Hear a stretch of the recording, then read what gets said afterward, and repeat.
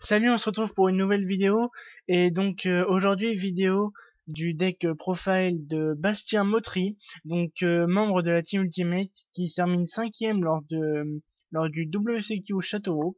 Donc voilà, il joue un deck Satellar. Donc je vais vous expliquer tout de suite sa decklist, etc.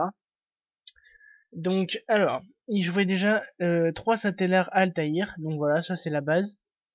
3 Satellar Deneb. Voilà, aussi, il n'y a pas besoin d'expliquer ces 6 cartes-là. Ensuite, 2 Satellar Unicolai. Moi, je connais pas vraiment les ratios. Donc, 2 Satellar Unicolai, ça fait un peu Foolish Burial. Donc voilà, je pense que c'est une carte très très forte, en fait, en début de game. Voilà, donc on a besoin de l'avoir à au moins une fois dans le deck.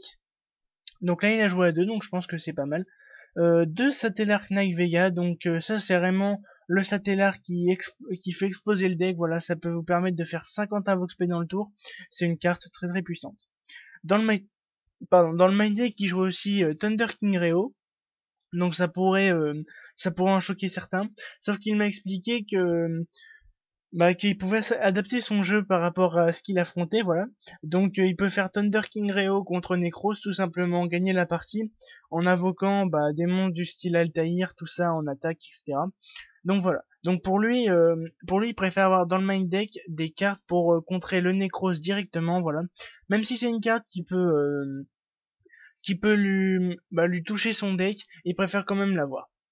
Ensuite, 2 typhons d'espace mystique. Donc voilà, c'est pour se protéger des pièges adverses, etc. Donc voilà, 2 ça me semble un bon ratio dans ce format, donc faut en garder à 2. 2 podolités, pareil, pour augmenter la sortie et pour aller chercher le plus rapidement des cartes comme Deneb ou Unicolai pour commencer à jouer. Un Rageki, c'est super fort, voilà. Surtout dans le deck Satellar, où on peut se permettre de faire un Dweller à chaque tour. Enfin, on a la possibilité de le faire. Donc contre Burning Abyss ou Shadow, on fait juste Dweller, on fait Rageki et on a pratiquement gagné. Donc voilà. 3 renforts de l'armée, donc carte indispensable pour tutoriser le plus rapidement possible les guerriers et donc les Satellars dont on a besoin pour gagner la game. Donc voilà, 3 c'est le bon choix. Soul Charge. Soul Charge tout simplement qui permet de faire de réinvoquer Altaïr, donc de réinvoquer Deneb, etc. pour plus de tutorisation et pour avoir des gros monstres sur le terrain. Et pour après spam des Xyz super puissants, genre Triver, etc. Donc voilà, Soul Charge elle est encore à 1, mais c'est encore fort, donc on a besoin de la jouer. 3 Upstart Gobelins.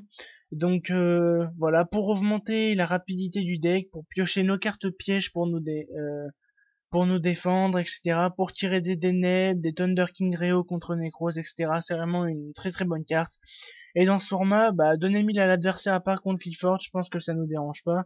Donc, euh, donc voilà, par contre le deck Clifford qui peut se permettre de faire scout, voilà, je pense que ça nous handicape pas trop.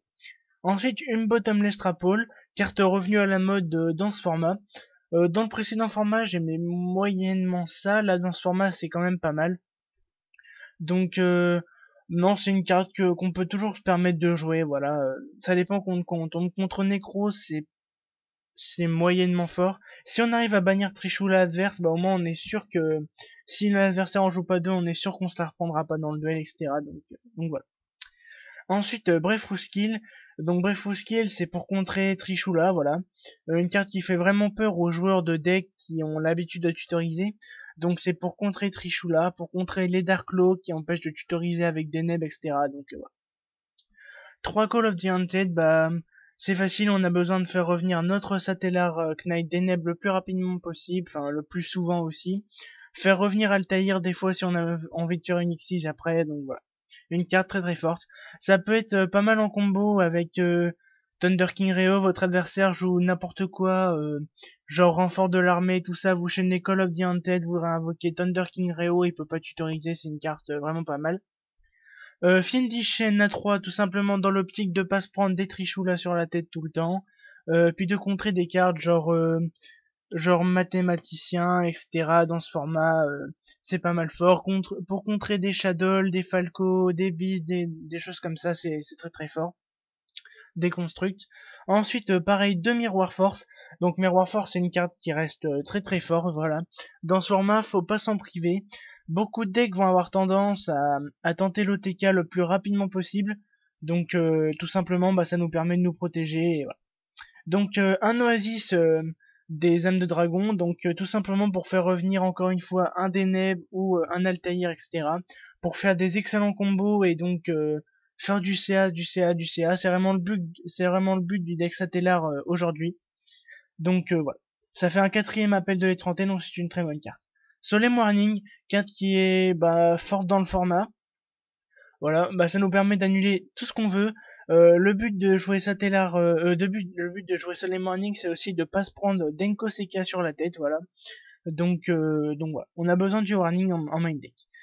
Ensuite, 3 Satellar Nova Alpha, donc voilà, c'est une carte très très puissante.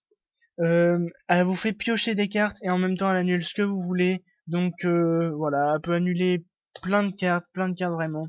Donc comme des Shadow Fusion, des Trishula, des choses comme ça, c'est vraiment super fort. Donc à 3 c'est obligatoire.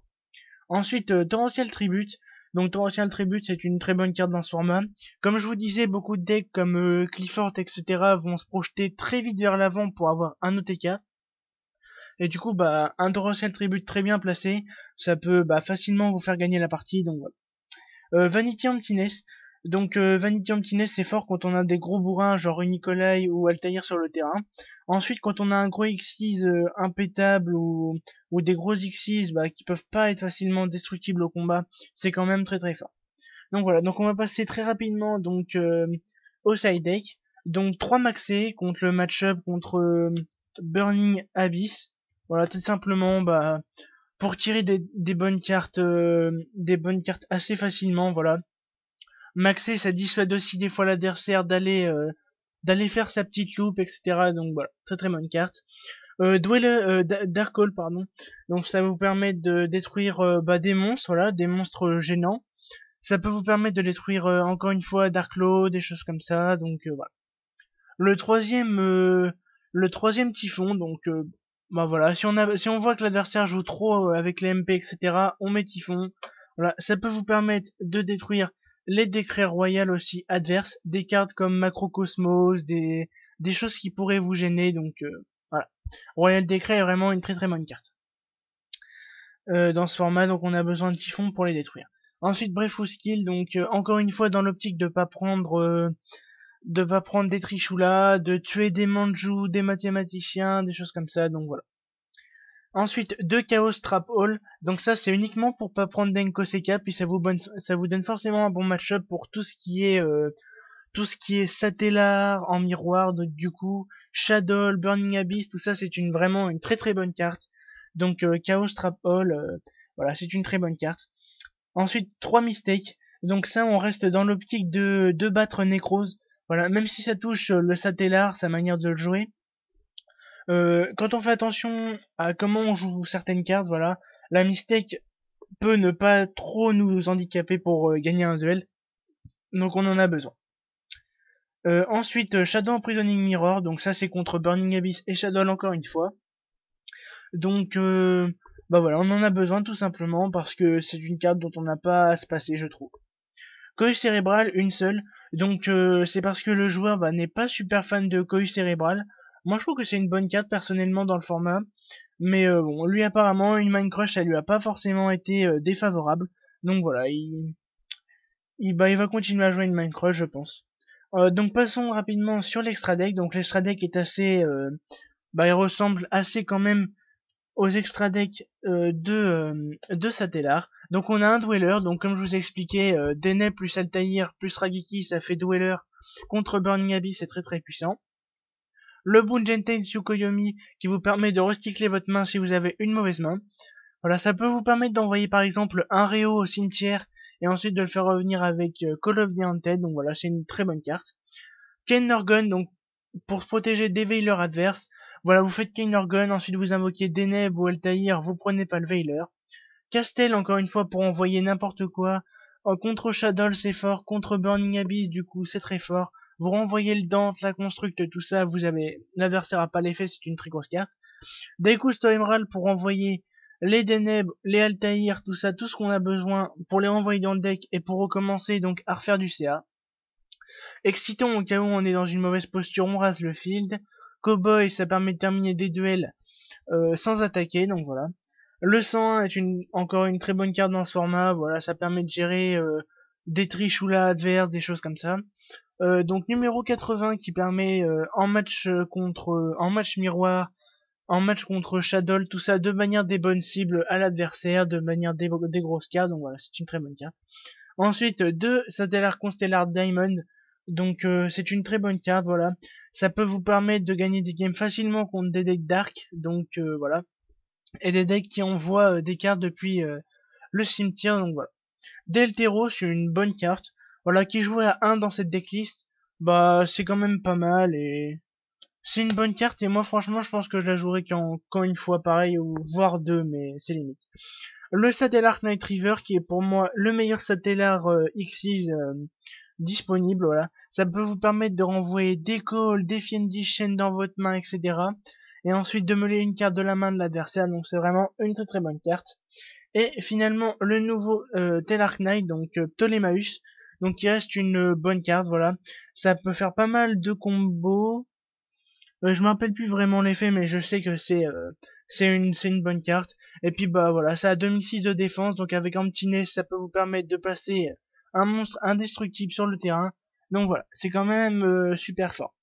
Donc voilà, c'était la decklist de Bastien Mautry, du coup, qui termine le 5ème avec son deck Satellar. Donc j'espère encore une fois que cette vidéo vous a plu. N'hésitez pas à liker, à partager ou à vous abonner à ma chaîne. Si vous voulez interagir avec moi ou avec Bastien, du coup, n'hésitez pas à commenter ma vidéo et je lui ferai passer donc les remarques que vous avez apportées sur sa decklist. Et voilà. Donc je vous remercie à tous d'avoir regardé cette vidéo et je vous souhaite de bons duels à tous. Salut!